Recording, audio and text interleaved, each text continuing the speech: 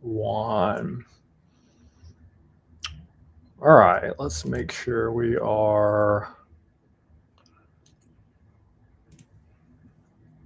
live.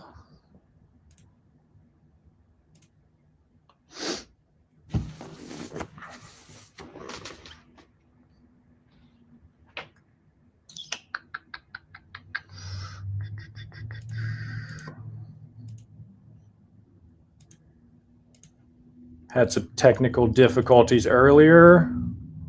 Make sure this happens to me a lot.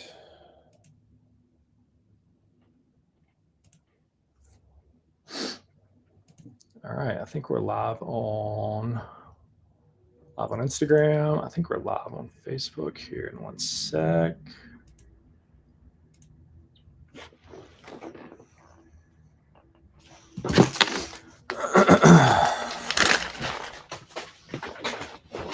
All right, sweet.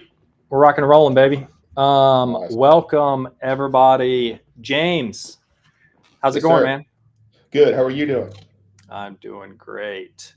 Today, thanks for everybody for tuning in. I appreciate everybody's patience. I have not done one of these in a long time, so it took me a long time a lot has changed to kind of figure out how to even go live I think we're live in a Facebook group, maybe on my personal page, definitely on Instagram. I can see that. So today we're talking about how to purchase some STRs. We're going to get all into the weeds, and then at the end, we're actually going to go through two of the highest performing ones that we actually found. So we got a couple clients right now looking for short-term rentals to purchase, but it's always the question of like how to do it, right? Where do you purchase? How much do you put down? We've created, which we'll get into, we created a software that automates a lot of this. So it is really cool, but we're just going to kind of show you guys how we look at deals. We're going to share a screen here in a second. We're going to go through multiples and kind of how we analyze them to really find the best short-term rentals for sale. There are still deals out there. I just purchased one a month ago. James is looking right now. We've got 3 or 4 investors that are also purchasing. So even with these high interest rates, short-term rentals is about the only thing that will cash flow from day one. Long-term rentals, very, very hard to do. Mid-term rentals as well. They can work. You just have to purchase them right. Short-term, you can be a little less perfect and still cash flow from the jump. So today we're just going to educate. Drop some comments. Let me know you guys are watching live. I may or may not be able to see them, to be honest with you, but yeah, we can see. I see some people coming in already over there. So sweet. hello, Hey, Ethan, Randy, Paul, Scott, Matt, welcome. Okay, yep. Sweet. So let's rock and roll. I'm going to try and keep this about 20-25 minutes.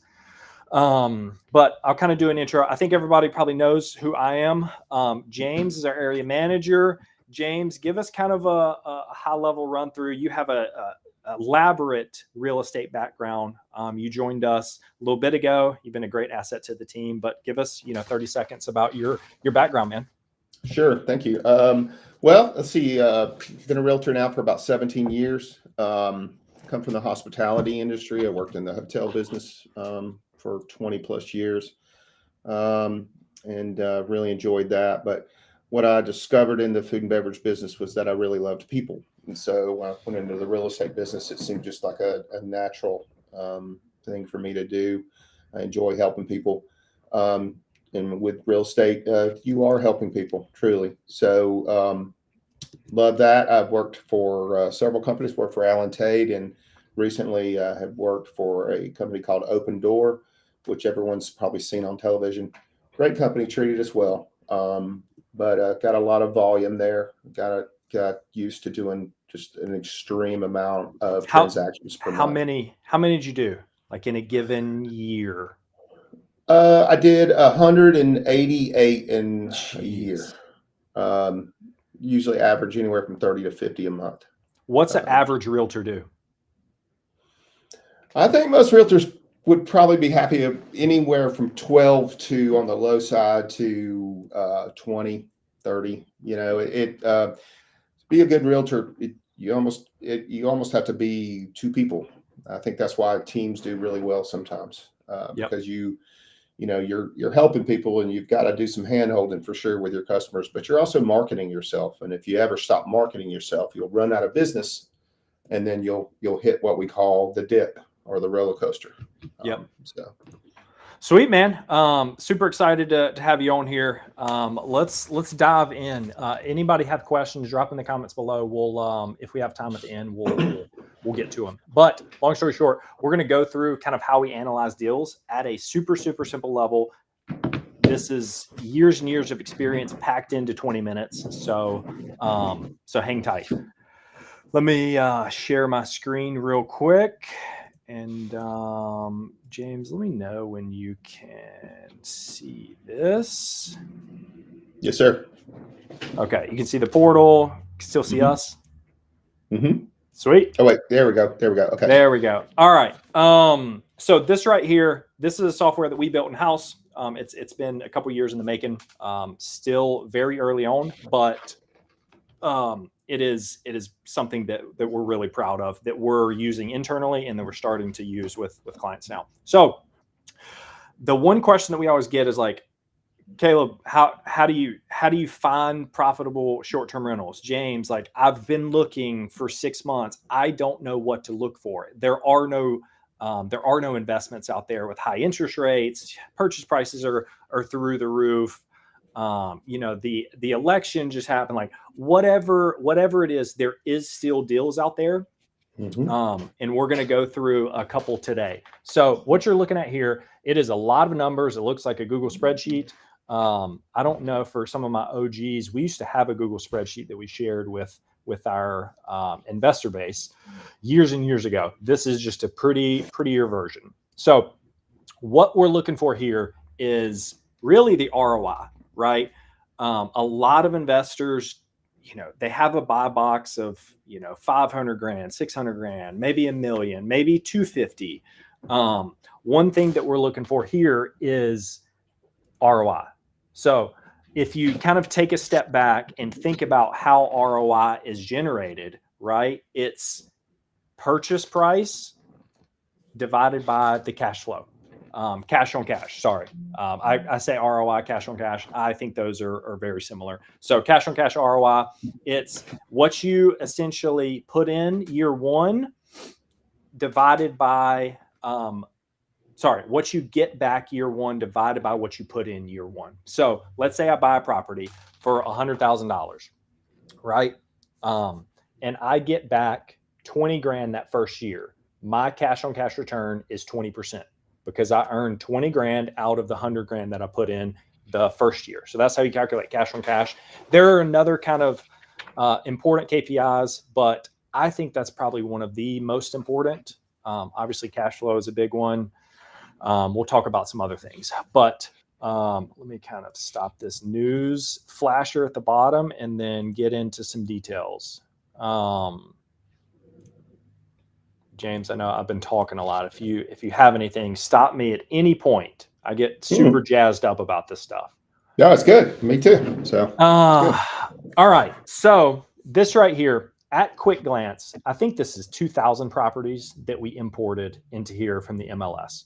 So we essentially import them. We calculate all the expenses, cleaning, utilities, lawn care, all that stuff on the back end. That's the easy part, to be honest with you. The hard part is figuring out what the actual revenue is to make sure it cash flows. Every 3-2 in Charlotte, the utilities are going to be about the same. Now, if you have a 3-2 with a pool, hot tub, game room, that one is going to significantly outperform a 3-2 with no amenities, right? So, even though the utilities are going to be very similar, the ROI is going to be much higher on the one with all the amenities. So what we look for is this ROI calculation right here. So as I'm sure a lot of people are screenshotting this, take it like there's a lot to go around. If you guys want to purchase all of these, feel free.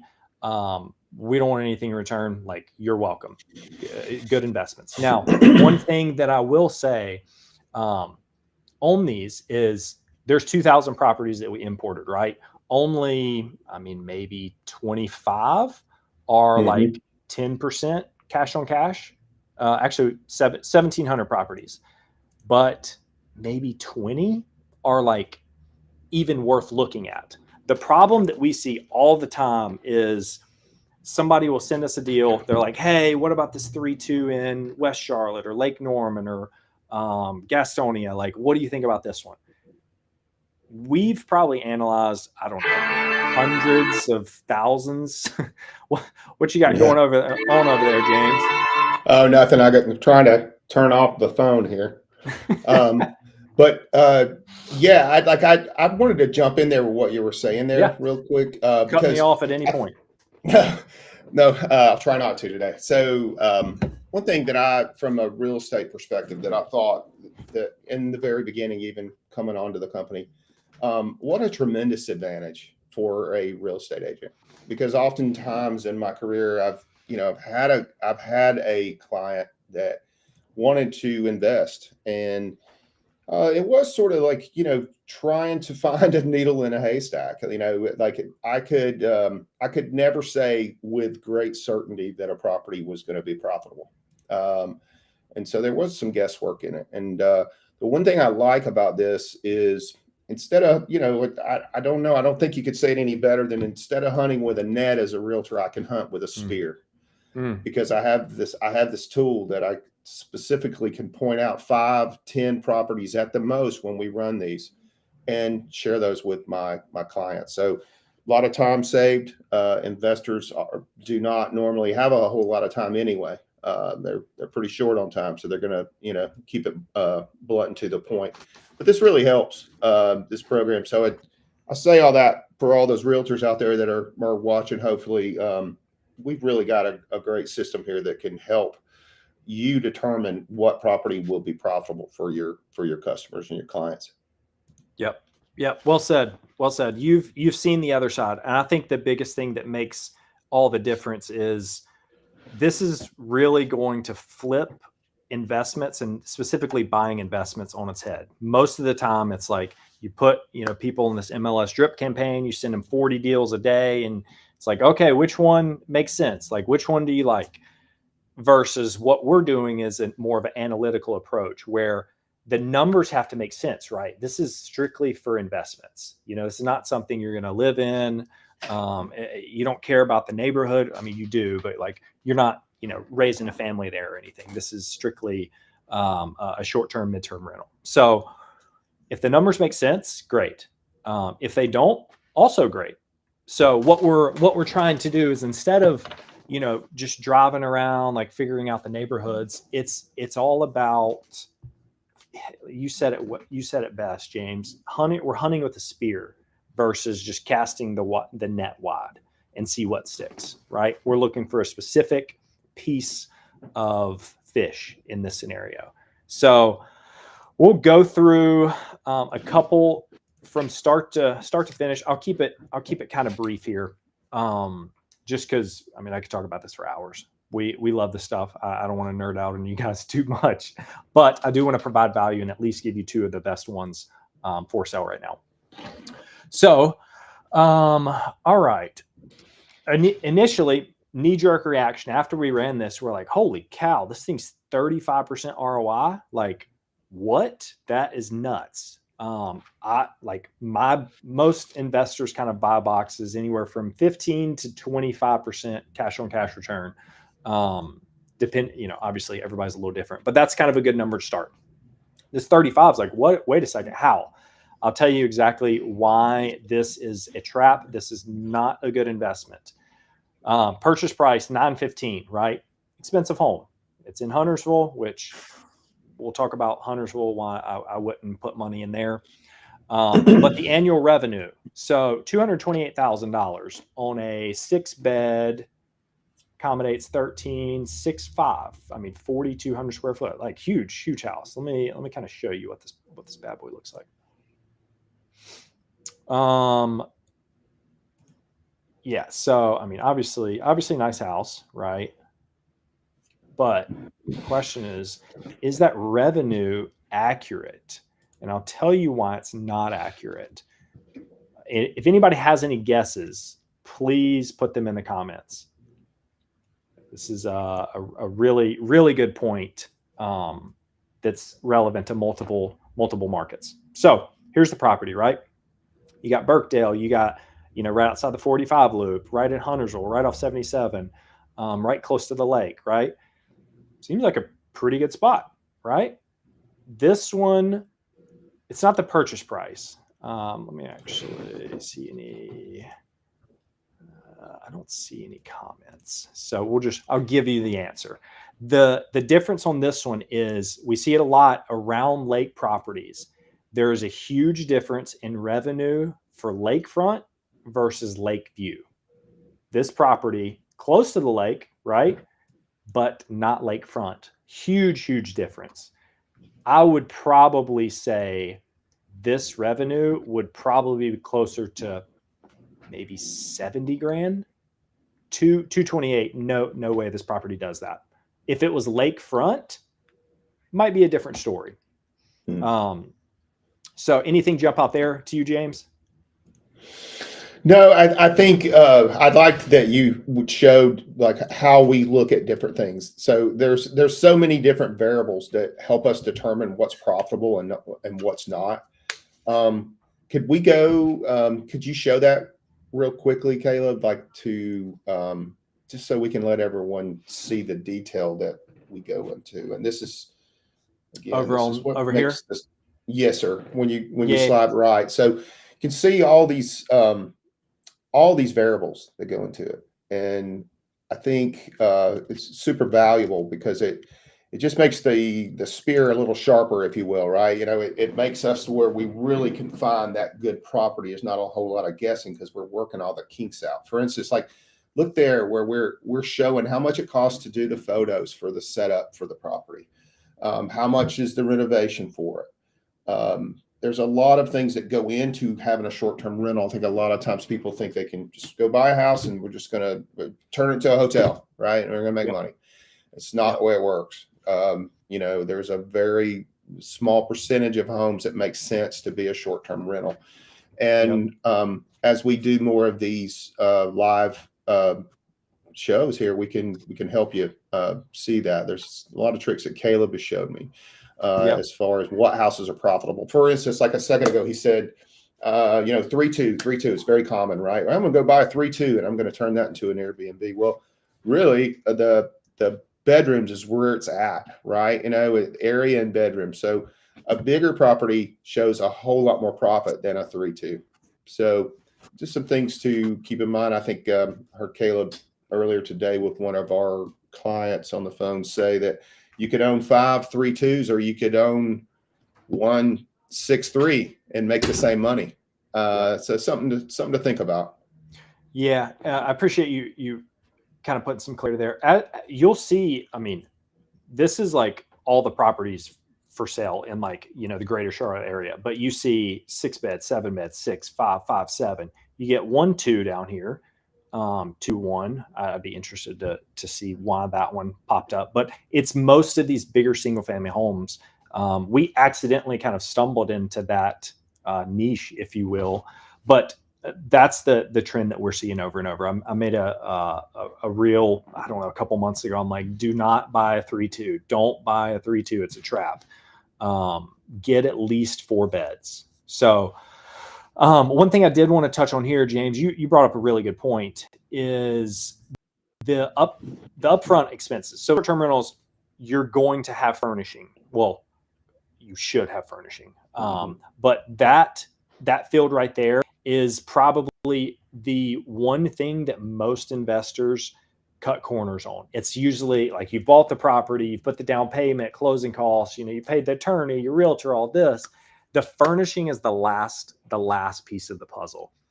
I will say, if you take anything away, do not cheap out on the furniture and design. It means the world, because this is the only real estate transaction that is 100% virtual. You're not touring the place. It is all on the photos, which goes into another point. Get professional photos. I still see listings and hosts that are taking iPhone photos like this. Invest the $200 into professional photos. That's the only thing that you really have to stand out. So furnishing is a big part here, which we take into account. Obviously, the cash on cash includes anything up front, including that furnishing cost. Yes, and I see Megan has commented, don't do Rent-A-Center. so thank you, Megan. You're correct. No offense, Rent-A-Center. We love you, but that's right. And you know what's really funny? We do have some smaller properties, folks. That we have some smaller properties that are 5-star properties. They get 5-star ratings every single time, and it is because of how they're decorated inside. They are so damn cute that people want to stay there. Yep. And so that's very important. And then well said, Caleb. Thank you, Megan. I appreciate the love. Let's go, Ethan. Appreciate you jumping on. All right. So let me go back to sharing. Man, I like this. So I'm streaming through Restream. This is sick. I like this. Took me a little bit to get used to it, but all right. So enough about kind of how we utilize this, right? A lot that goes into it. It's all a math equation, but I want to kind of get through some of these live together just to kind of reiterate, like, where are the best two? There's more than two that I would purchase on here, but I do want to go through the two that we've fully kind of vetted. And one thing I did want to mention here, all of these ROIs, all these properties are, what do we have? We've got an interest rate of 7.5 with 25% down. So if you're at 20% or you want to do 15 or whatever, we can adjust those and everything will get recalculated. If you're already pre-approved at 7.2, we can update that here and everything will get updated as well. So pretty cool that we can do that on the fly. So we can tailor it to what you're looking for. Same thing here. This Huntersville property, I would bet this is Lake View, not even Lake View. It's close to the lake, which pulls in all the comps, but it's not lakefront. Another one to definitely avoid. Let's see. Let's go back here. Okay. So we've went through a lot here. I'm going to just kind of breeze through a couple of these. Let's see. Kind of doing this on the fly, to be honest with you. So this is 490, annual revenues 105. Let's see what this one looks like. I haven't looked at this one. This one might be new. Okay, so 5.3, bigger single family home. All right, looks new. God, I do not like this Zillow. I don't even know how to look at the photos. Oh, the Zillow. Yeah. It's going to take you on the tour. Yeah. It's forcing me on the tour, which, oh, there we go. Okay. I can just go left and right. So definitely a nicer home, but let me go back here. What is this one? So this is Denver, 105 grand in Charlotte. In Mecklenburg too. It's Mecklenburg. Yeah. 5-bed. Seems a little high. Once again, the annual numbers, we integrate with AirDNA. So this is pulled from AirDNA. I'm sure if you're familiar with short-term rentals, AirDNA kind of rings a bell. So we integrate there to pull the numbers in. I think they get a lot of hate, but I think they're the best out there. But it's not perfect. Nothing is perfect. You have to manually look at these, which is what we're doing here. So back to this one. So this one, Denver, 105 for a 490 purchase price. Obviously, you're not really looking at furniture here because you're going to design it. That's a moneymaker. Yeah. This is real sick. Now you can tell what we like, right? Yeah. The outdoor areas. That's where you make your money. Yeah. Yeah, this is sweet. The next question is, will it hold a hot tub? Okay. Yeah. So this is I think nice. so. One thing to mention, we do pull in HOA. Where's HOA? We do pull in HOA. So it looks like Mhm. this one was in development. Obviously, any HOA is going to be the first thing to shut STR down. So we typically avoid them like the plague. But if we do decide to go with an HOA, obviously check the CCNRs, right, James? Yeah, and what I would say, what you'll see with CCRs is typically they're inconclusive. They're written to where you're really not going to get an answer. But I would read them first because you'll waste a lot of time waiting for an HOA to get back with you. And all the realtors out there, you know how that is, right? You've called the HOA and you've waited, days before, probably held closing up at times. I know I have because of things with HOA. So definitely want to get with that. Also, look at your property disclosure, realtors. When you get into a deal, if you identify a property, or if we help you identify a property, you get into one of these. Go ahead and pull their homeowner's disclosure. Get that phone number, get that email. Go ahead and get that information sent off right off the bat. You want to do that, obviously, for your client to protect them. Yep. But yeah, that's the first thing we do. So. Yep. So always, if it's an HOA, do your due diligence. Have your realtor do due diligence for you. All right. Let me go back here. Then we'll kind of roll through these. Let's see. Denver.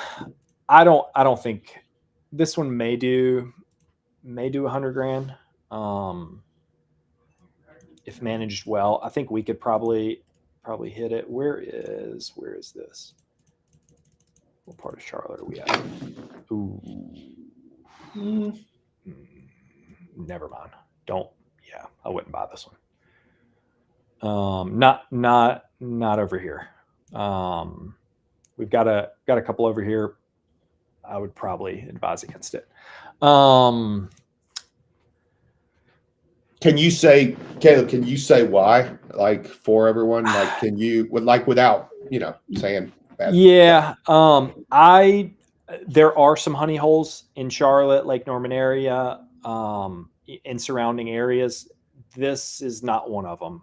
I don't, I think the biggest thing, like, we're close to Matthews, right? Also, let me kind of zoom out a little bit.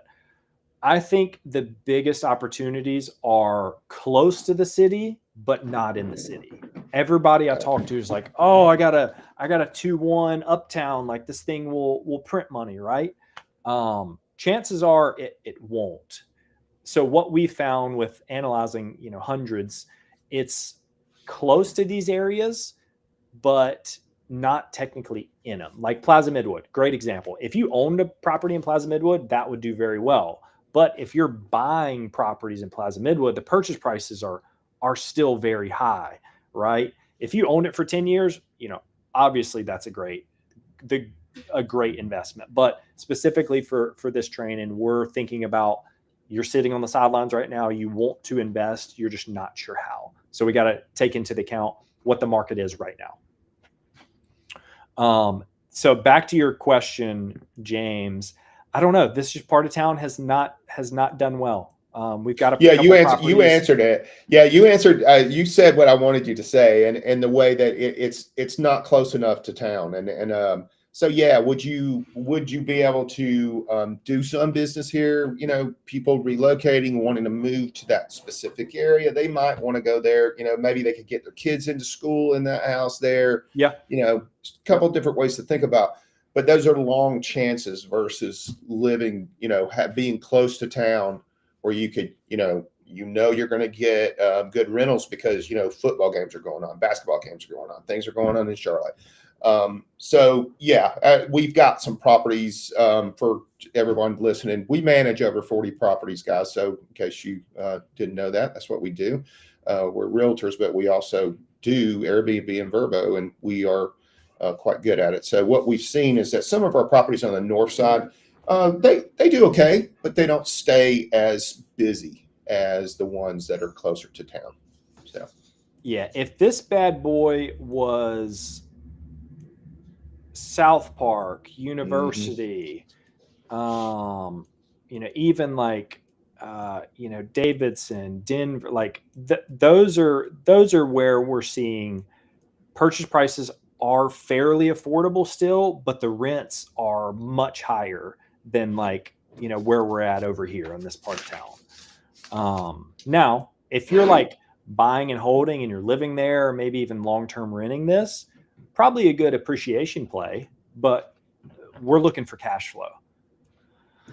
All right, so I'm going to nix this one, Denver. We actually didn't look at this one at all. But I want to get to one of my favorites right now. It is this John Russell. So at first glance, it's like, oh, it's only 15% cash on cash. Like, why do you like this one, Caleb? I like the purchase price, $400 in Charlotte. Pretty good. 5-bed. We've got 2.5 baths. So big difference between 2 and 2.5 here if we're going to accommodate 11-ish people. But this 9600 John Russell, you guys are probably jumping off right now and going to put an offer in, which you're welcome. But this one right here, I really think so. This is supposed to gross 80 grand. I think if done well, you could probably outperform that. And I'll tell you why. If you look at these photos, so 400, not bad, right? 2600. This is a big house. Let's first see, what part of town are we in? We are in like UNCC area. So Reedy Creek College, right. UNCC is like right here. Mm-hmm. I like that area. I think that's a really good area to invest in.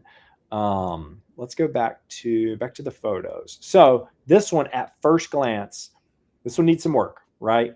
Definitely needs some work. And James, I'm actually running out of my computer battery, so we'll need to wrap up here shortly. I forgot my charger at the house. This one needs some work, but it doesn't need that much work. Like you slap some paint on these, you could probably make this teal look good somehow, some murals or whatnot. Kitchen, yeah, I mean, looks okay. Could probably redo the cabinets, countertops. This is probably where I would spend most of my money. Some new paint on these walls would go a long way, but it's training yourself to look past those cosmetic things and think like, what could this be? I mean, you've got 5 beds, 2.5 baths, 2,600 square foot. Like this thing could be a beast. You add a hot tub, like the bones are really good. This backyard is a great start as well. I mean, you got fully fenced in. People love traveling with pets, their kids. Yes. All that is a big part of travel nowadays. So I think for the investor that maybe knows a little bit about, I don't even say fix and flip. This is not really fixing anything. It's just new paint. Cosmetic. Yep. This is why I really, really like this one. Anything to add there, James? Yeah, for sure. The flooring also, if you look at some of the flooring in this house, is already set up for rental. So for those out there that are doing rentals, you usually want to put hard floors in your rentals. Yep. This house is already set for it. And you wouldn't necessarily have to change your cabinets there or even your countertops. I mean, you really could hit the ground running with this house with just some paint and getting the right furniture in the right places, and putting your touches on it as far as the house, the final touches, some pillows here, some throw pillows there, blankets, et cetera, et cetera. We make our houses look really cozy on the inside. Yep. That's what sells them. So yeah, great. Yeah. Great point. The tile is pretty guest proof. The carpet upstairs, don't love it, but less traffic upstairs. So, well, and as a short-term rental, keep in mind, we're making money. So you don't like the carpet? Well, we're going to make you some money so you can get some new carpet, right? Eventually, the wear and tear of it, you'll pay for it. And that's another great thing. Let's bring this up real quick. When you're doing short-term rental and we're managing the property, or if you got somebody else managing the property, it's kind of a way to keep your house updated, because guests will tear things up. They'll damage things. And so what ends up happening is, and they're small things, but we correct them. Well, over time, some of these houses just keep getting better, right? Because we improved on it. did different things. We changed carpet when we had to hard floors. So it's kind of neat, really. It's like, like a lot of our owners' furniture, it just naturally will get replaced over time because we have insurance, so if a guest damages the couch, the owner's protected, get a new sofa. So it's really pretty cool. It's a way to kind of keep improving on your home. And one thing I wanted to say real quick, because I know we're running out of time and power over there, Caleb, but I think for us, this is what we do. We are MyTripify is a company. We manage, like I said, multiple short-term rental opportunities, Vrbo and Airbnb. We do a really solid job on that. And what we've done is we've taken that knowledge that we've gained from that experience and what the expenses are and what to expect and things like that. And then we slid into real estate, and that's why I'm here. So for investors, we can help you. If you have a realtor, that's okay. Get in touch with us. We can get your realtor onto the system. We're very fair about sharing the information that we have. We'll come up with something that's fair for both parties. If you don't have a realtor, we are realtors. We can help you. And so got that. But for realtors, and this is I put this message out there for you guys, is when you're helping investors and you don't know what the hell to do, and you think that you're like, I think this is a good investment, but I don't know, get in touch with us because we can help you. This is a tool that can help realtors. And I hope everybody will take advantage of that. So we're going to have more of these. We'll have more of these, and we'll come up with some different fun subjects related to the business. But really what we wanted to do is share what we know now, and the fact that we feel like we can help people. We can make, as a realtor, we can make you more valuable for your client because we're going to teach you how to hunt. Yep. I'm on 2%, guys. So I'm going to give you the last one and probably dip out. This one is more for the turnkey rental, turnkey investor that just doesn't want to lift a finger, can rent it today for a premium. This one is in Mint Hill, obviously an HOA. Do your due diligence there. We can help. But this one, beautiful spot. Like, you just need to furnish this place. That's all you would need here. Add some amenities. Add those cash flow and amenities: game room, sauna, hot tub, fire pit. But this is the second one. Once again, huge house, ton of potential.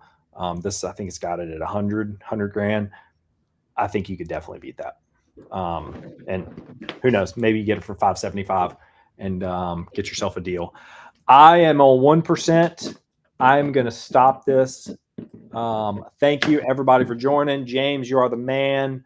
Thank you for jumping on as well. I know super last minute, but appreciate everybody from watching. Yeah, guys, we'll do it again. Thank you. How do I stop?